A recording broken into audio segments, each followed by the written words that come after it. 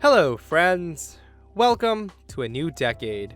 And with that, brings an episode of r/NuclearRevenge.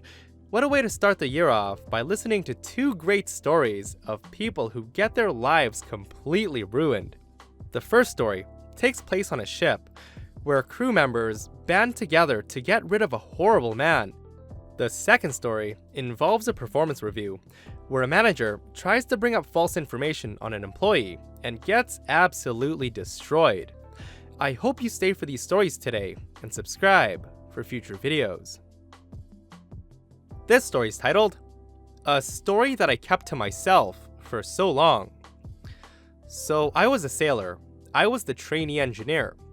I had a very evil second engineering officer. He was just below the chief engineer, but his relative owned the shipping company which owns the ship that we were sailing. So basically, he ruled over even the captain on board. He was horrible to work with and a very evil human being. He was almost 7 foot tall, huge, and intimidating. Our ship sailed from Lebanon to Philadelphia, where they load cattle and bring it back to Lebanon for meat. Our ship was small. On to the evil deeds he did to me. He once told me to fight the electrical officer because he was bored. We were working at the time trying to get our task completed, and he said that either we fight or there's no going to cabin. I told him no, that I wasn't going to fight a man who was just as old as my father, so he had us work for 32 hours straight. He would always make me do a two-person job by myself, things such as lifting motors that weighed more than me. This resulted in me having back problems for life. I discovered him pumping oily water from the bilge, basically a tank at the bottom of the ship, straight into the sea and questioned him. For those who don't know, the water in the bilge is often oily and full of harmful materials that's basically sludge from the machines, and is considered highly illegal to empty into the ocean. He got back at me by throwing a makeshift Molotov cocktail at me that he made from turpentine and a beer bottle. There's a lot more, but now, at least you get what type of person he was. So we were 3 trainee engineers on board. We were sailing through the Atlantic and the sea was angry. We were rolling 15 to 20 degrees each side, which means that our ship is madly tilting sideways along with the waves, and we were painting the engine room. It was my 18th hour or so, and we were trying hard to keep steady with the paint tin and brushes. So one of my friends, who was painting some pipes, lost balance and dropped the paint on the floor. The second engineer became enraged, saw this from afar, and ran up to him and just booted him in the face. Then when he was down, the second engineer kicked and punched the living hell out of him. I still remember my friend asking me what the point of spending all the money and time was to be an engineer if this is what sea life is. We were all first-time sailors. The ship reached Philadelphia, and the rule among us was to act like we don't know English or else face the very bad consequences. But before reaching the port, my friend told me that we have to end the reign of the engineer. So we wrote a letter, a huge one stating everything. From the mistreatment of the employees to the illegal dumping of sewage and sludge into the ocean and his gold smuggling, and we waited for a Coast Guard to board. They boarded, did their routine checks, searched us and our rooms, and collected our documents for further looking up. Then the Port Authority came along, and they have a person who talks to every crew member to find out if anything suspicious is going on. When she got to me, I confessed everything and showed her the letter signed by 30 out of 35 of the crew. All the horrible things that the engineer did to us. She checked the CCTV, and sure, it's all erased. Then, Port Authority did a thorough inspection on the engine room and found the bilges empty to the sea, which, like I said, is a major crime in the marine world. In the end, the engineer got arrested on US soil, and they tried sending him to Lebanon, but the passport he was carrying was fake. It wasn't even his real name. He was an illegal immigrant in Lebanon. He immediately got sent to Syria. The rest is told by the captain later to me. It turns out that he was a criminal who was on lookout by the Syrian police. I don't know why, but it was something about joining the army or something.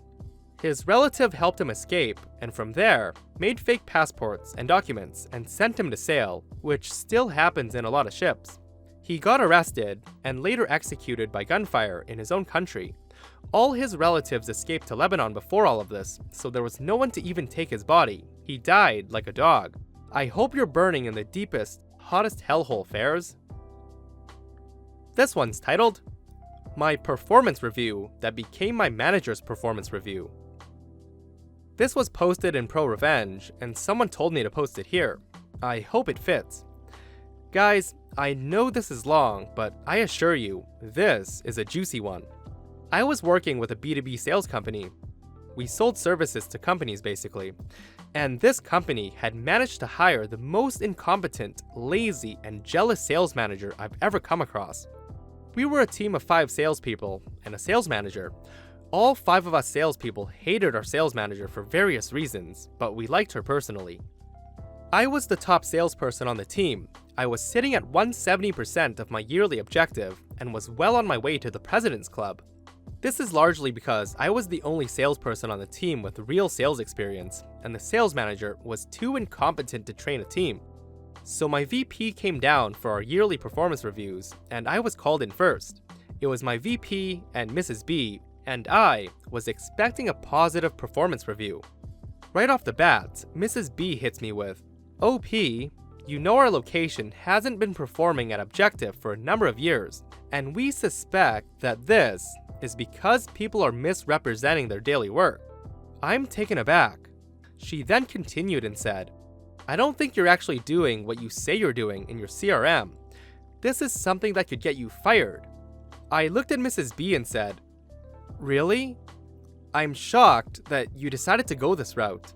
Mrs. B, with a confident smile, said, "We gotta do what it takes to get this location on objective." I said, "Alright, let's play a game, Mrs. B. Pick a day, any day in the calendar, and let me prove to you that I went to all of my appointments and did all my stops as recorded." She responded, "Well, OP, I'm not saying you never go into the field. I just think some days you stay at home and put bullshit notes into the CRM." So I said, "Mrs. B, pick a day, any day. Pick a day you think I lied about my sales activities." So Mrs. B picks a day. Now, I'm smiling ear to ear, and I'm fucking heated right now. I notice the vice president is smiling at me, and his head is slanted to one side. I suspected he knew that Mrs. B was about to get absolutely wrecked, and he was right.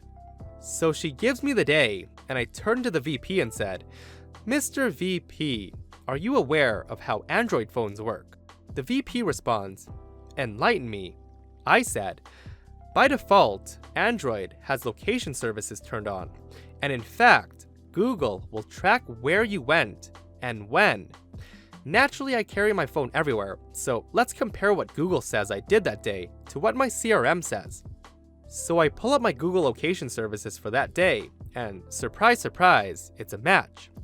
Mrs. B is obviously very concerned at this point. I said, "I'm actually quite enjoying this performance review. Let's pick another day, Mrs. B." Mrs. B fires back and said, "We don't need to do that." I turned to the vice president and said, "Mr. VP, would you mind picking a day?" He says, "Sure, what about XYZ?" He pulls up my CRM, and I pull my location services for that day. Guess what? It's a match. I then get ready to pull out the big guns and said, "Mr. VP, do you remember company XYZ with the contract value in excess of 1 million that we lost recently?" The VP responded and said, "Yes, OP, I remember. Apparently, our competitor won them over on price. We can't win them all." "Mr. VP, here's an email from their VP, basically stating that they've decided not to go with us for our failure to give 3 samples to them to decide on which product worked best for them." Let me forward you several email chains where I clearly asked Mrs. B to order those samples. In fact, in those very same email chains, she confirmed that she had in fact ordered the sample. I had our service department look to see if any orders had been placed for those samples. No orders were actually placed. Mrs. B is sweating bullets at this point. My performance review has just turned into her performance review, and shit's not going right. I then said, "Mr. VP, I have one more thing to bring to your attention. Do you mind if I step outside for a minute so I can show you?" He said sure, that he had to talk to Mrs. B anyway. Now, I need to mention that several years prior to this, a general manager at another location harassed a woman. The company was sued and lost a lot of money because of this. Since this incident, the company put a very clear-cut policy that no relationships between management and people who work for them are allowed. It's immediate termination for the manager. Now, another sales consultant in the office was named Joe. Joe was a married man with 2 beautiful kids, and Mrs. B had the hots for him. She tried to hook up with him multiple times, twice on text. Joe and I had talked about if he should report this transgression. I walked into the sales office and said, "Joe, I think it's time we get a new sales manager. You need to bring up those text messages." He looks at me and goes, "Is today gonna be that day?" I said, "Yup, today's gonna be the day." We went back to the office where the review was being held, and I let it all out. I said, "Mr. VP, I just want to clarify company policy. Is it true that if a manager tried to engage in a sexual relationship with a direct subordinate, that it's immediate grounds for termination?" Mr. VP sits up straight, takes a moment and goes, "Yes, if something like that came to my attention, my hands would be tied and I'd have to fire the manager." I said, "Well, Joe's got something he wants to show you." Mrs. B gets up and walks out of the conference room. Her world, her career, had just completely been wrecked, and I don't think she wanted to be around for the end. Joe went on to tell the VP how he's a happily married man with 2 beautiful kids, and Mrs. B kept hitting on him. In fact, she had sent him numerous inappropriate texts, and on 2 occasions openly invited him to come over to her place just for the night, to get drunk and have some fun, along with some very explicit pictures shown. Mr. VP asked to see the text, and Joe provided them. Then the VP said, "I'm gonna need the both of you to go back to the sales office. The location manager and I have some talking to do." We walked back to the sales office, and I noticed the sales manager office had looked cleaned out. Apparently, Mrs. B was bawling, she was a wreck and crying, and said she was gonna go home. Joe laughed and said, "Yeah, she won't be coming back." It was about 20 to 25 minutes when the VP came into the sales office and asked me to come to the conference room again, so I did. I sat down, and the VP said, "Well, I'd like to inform you that Mrs. B has been terminated, effective immediately. With this being said, after your performance review and looking over the numbers, you deserve nothing short of stellar remarks on the review, and you'll be getting that." I said, "Thank you. How do I apply for the new sales manager job that just opened up?" Mr. VP laughed and said he'd let the location manager know, and I'd be able to put in my application. I thanked him, and he told me in his 35 years of being in sales and sales management that this was by far the most interesting performance review he's ever witnessed. Hey friends, I hope you enjoyed the 2 stories today. Let me know if these 2 stories are worthy of the Nuclear Revenge badge or not. If you missed the last episode of Nuclear Revenge, it's right here. Make sure to subscribe so you don't miss out on future revenge stories. See you guys in the next one.